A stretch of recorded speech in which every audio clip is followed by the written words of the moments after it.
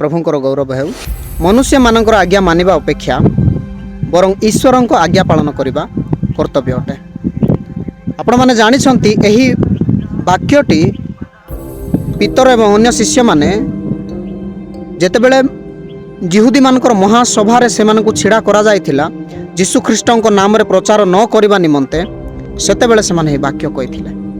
सही जिहुदी दल सही जिहुदी मानकर महासभा जो महासभा यीशु ख्रीष्टंकु अपमान कले प्रहार कले निंदा कले एवं क्रूसरे टंगाई तांकु बध कले।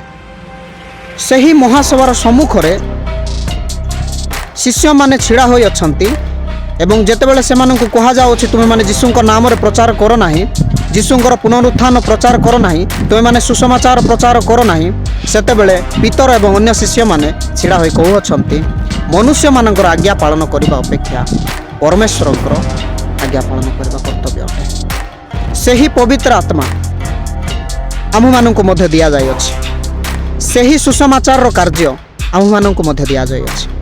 जो पवित्र आत्मांकर परिचालना रे शक्ति रे से माने साहस पूर्वक जिहुदी मानंकर महासभा रे से माने छिड़ा हेबा निमंते सक्षम थिले आज सही पवित्र आत्मा आम मानंकु मध्य दिया जायछि।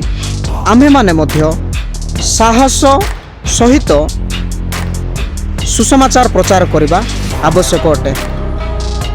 मनुष्य माने जेतेबेले कहंती सुसमाचार प्रचार करो ना, तुमे यीशुंक विषय रे कह ना, किंतु यीशु ख्रीष्ट जे स्वयं जीवित परमेश्वर अटंती से आमान को आज्ञा करि अछन एबे मध्य आज्ञा करंती जे आमे माने तांकर सुसमाचार प्रचार करबा कर्तव्य।